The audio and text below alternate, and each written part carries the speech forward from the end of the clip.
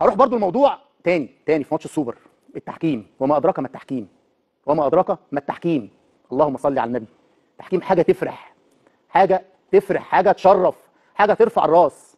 خبراء التحكيم كلهم اجمعوا ان على الاقل 2 لعيبه من النادي الاهلي كانوا يطردوا في الماتش ده.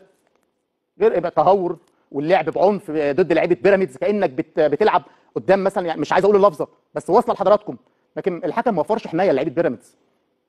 ساب لعيبه الاهلي تضرب زي ما هي عايزه، زي ما انت عايز اعمل وقول. باتشيكو البرتغالي بقى، لا زملكاوي ولا متربي في 100 عقبه، ولا هو حبيب المستشار مرتضى منصور، ولا هو مثلا بيقبض من نادي الزمالك، ولا هو لجنه اعلاميه. طلع بعد الماتش قال لك لا ده كلام مرتضى منصور صح. والله العظيم مرتضى كان عنده حق. لا لو الفيديو جاهز معاك والله نسمعه. لا انا عايز الفيديو، انا عايز الفيديو. دي تاريخ. باتشيكو جاب جون وجاب بطوله وحقق لقب، اقسم بالله اغنى من السوبر. اللي باتشيكو عمله ده، جاب جون في المقص، على راي زميلنا احمد الطيب. دي في المقص بقى، ولا مترتب لها، ولا حد قال له قول، ولا حد قال له عيد. ده كل اللي حصل ده كان ممكن كله عشان ينتقموا من مرتضى، وهو قاعد في بيته هنا في القاهره يجي له حقه من ابو ظبي على لسان مواطن ومدرب محنك برتغالي. نروح نسمع باتشيكو قال ونرجع تاني. Não tenho nada contra os bonecos profissionais, o seu clube, os seus afares, não tenho nada contra. Mas agora entendo, quero mandar um abraço para ele, o senhor Murtada Mansour. Entendo agora muito bem, porque não há querido vir a jogar aqui hoje. Não tenho nada contra os futbolistas nem contra o clube, nada. Tenho muitos respeitos. E não é para falar deles, para falar só de outras coisas, que não quero referir especificamente, mas quero aqui saudar Murtada Mansour. Agora entendo muito bem a sua posição. طبعا انا مش هتكلم كتير ومش هخش في تفاصيل. انا عندي احترام كبير جدا للنادي الاهلي ولعيبه الاهلي واداره الاهلي، لكن انا مش هتكلم علشان الاتحاد المصري ما يعاقبنيش. انما انا دلوقتي فهمت ليه مرتضى منصور ما يلعبش الماتش ده وما يكونش مشارك فيه، وعشان كده انا بحييه.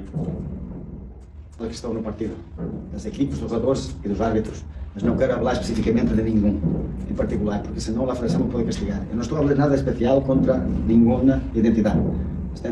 Percebes? Só estou a dizer que agora entendo estas coisas, mas porque estou triste, porque aqui, amanhã em Portugal, daqui a um mês, um ano, se vai falar que Pirâmides de treinador Jaime Pacheco perdeu 1-0. Não se vai falar dos acontecimentos do partido, mas a televisão pode mostrar hoje, amanhã, depois do que eu estou falando.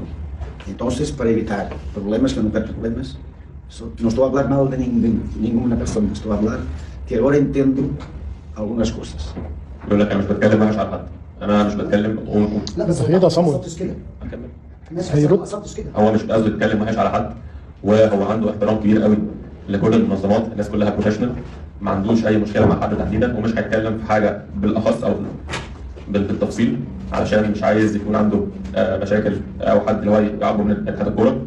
وبرده التاريخ كمان 10 20 30 سنه هيذكر ان الاهلي كسب الماتش ده، مش هيذكر حاجات كده.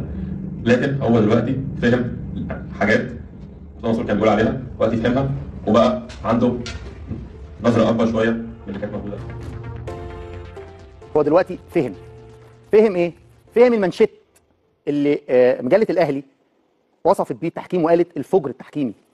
هو فهم، لان اللي حصل في الماتش يعني ركله جزاء، ما اعرفش ركله جزاء ازاي، بس اتحسبت عشان يجي منها الهدف اللي يطول بيه البطوله. لكن الشناوي يستحق الطرد، ما يطردش.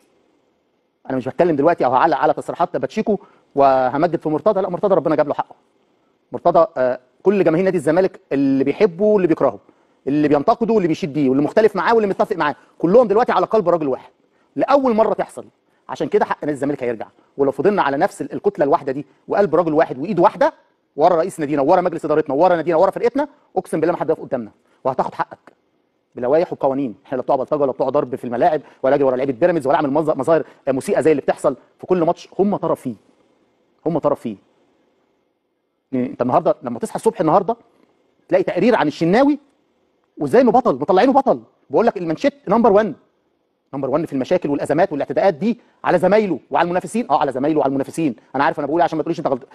الشناوي ده اللي بيعتدي على زمايله، بيعتدي على المنافسين، له تاريخ. هو كده. بس القاعده الاساسيه هو بيعمل كده ليه؟ الدور ده يا جماعه، وانا بكلمكم بقى، كنت في يوم من الايام في المطبخ ده. الدور ده لازم يكون له متخصص له واحد في النادي الاهلي، سواء بقى اداري، مدير كوره، مدير فني، مدرب مساعد. يعني الدور ده قام بيه حسام البدري قبل كده، بيقوم بيه سيد عبد الحفيظ، بس دلوقتي هو طوره وسلم الرايه لمحمد الشناوي. لازم يكون البعبع بتاع التحكيم ويكون البعبع بتاع المنافسين ده موجود. دي وظيفه، دي وظيفه ليها حسابات تانية وليها مقابل تاني بيتعمل حسابها. الموضوع مش كده، لا ده مدروس ومعروف مين اللي هيقوم بالدور ده. يعني انتوا دلوقتي شايفين صالح حفيظ متواري بره المشهد في القصه دي، ليه؟ لان زادت قوي والناس كلها طلعت، حتى اعلامهم طلع انتقد ده، وبتوع الاهلي نفسهم المذيعين اللي في التوك شو اللي لنا كلام كتير جدا معاهم في فقره الصحفيين النهارده طلعوا انتقدوا ده، فلا خد بقى سيد شويه وطلع لهم الشناوي. لان القاعده بتقول ايه؟ من امن العقاب اساء الادب. هنشوف صوت وصوره لقطات مع حضراتكم لحارس الاهلي الشناوي، صور، خلاص نكتفي بالصور. اعتداءاته زي ما قلت لحضراتكم في امور كتيره جدا. فانا مش مستغرب من اللي حصل امبارح، لان ده نتاج طبيعي جدا انه يعتدي على لعيبه بيراميدز، وان هو يعتدي على اللاين مان، ولا كان حاجه حصلت عادي جدا. ده محمد الشناوي اللي اعتدى على لاعب الانتاج الحربي موسى ديوارة، وانفعل على الحكم ابراهيم نور الدين في 2018، من كام سنه يا مؤمن؟ من 5 سنين. محمد الشناوي وخناقته مع كهربا زميله في تدريبات الاهلي 2020. محمد الشناوي هو برضه محمد الشناوي حارس مرمى الاهلي نمبر 1 اشتبك مع ايمن اشرف في مباراه المريخ السوداني 2021. والصوره لو الصوره بتكذب بقى انتوا بقى كدبونا. اشتبك مع محمد عبد المنعم في مباراه الرجاء المغربي 22. صح كده؟ مع محمد عبد المنعم، دي اللقطه محمد عبد المنعم. محمد الشناوي اللي ما بيتعاقبش، اللي ما بياخدش انذار حتى، اللي ما بيطردش، اللي ما بيتحولش للجنه العقوبات، اللي ما بيروحش لجنه المسابقات، اللي ما بيتعاقبش من لجنه الانضباط على السلوك والاعتداء بالضرب على لاعب بيراميدز. اعتدى على الجهاز الفني لنادي الهلال السوداني اللي من كام شهر، لسه الامور لسه مش بعيده يعني. لسه الامور قريبه جدا، لسه ما فيش 2023 اللي احنا فيها دي، من فتره كده عمل القصه الازمه الكبيره جدا اللي كانت بين الهلال طبعا وما تبعها من احداث. ده محمد الشناوي. دي الخناقه بتاعت الجهاز الطبي. ما انا مستني مش عايز اكمل الا لما تجيبوا لي الصوره، كل حاجه بالصوت والصوره قدام حضراتكم. هي دي القصه. ازمته مع زميله، صدر مشكله وازمه مع احمد الشناوي على رقم القميص منتخب مصر، مع المنتخب كمان يعني في معسكر البرتغال مع روي فيتوريا المدير الفني الحالي. اعتدى على احمد عبد الحكم مدافع سموحه. ايه اللقطه اهي، دي الحكم ما اعرفش برده جات له الجرأه منين، ما اعرفش مد ايده ورا وطلع الكارت الاحمر عادي جدا. وطبعا اخر حاجه طبعا محمد الشيبي لاعب بيراميدز، والصوره طبعا اللي تسيء للكل. لا هاتوا الصوره الثانيه، حطوا لهم الصوره الثانيه بس عشان يمكن ضمير حد يصحى، يمكن حد يصعب عليه لاعب مصري ومواطن مصري حصل فيه المظهر الشكل ده والمنظر ده، يمكن لكن للاسف مش هيحصل. ليه؟ لان الشناوي حارس مرمى النادي الاهلي. الشناوي جمهوره بيلبس احمر وهو بيرتدي التيشيرت الاحمر. لا ما كهربا فين؟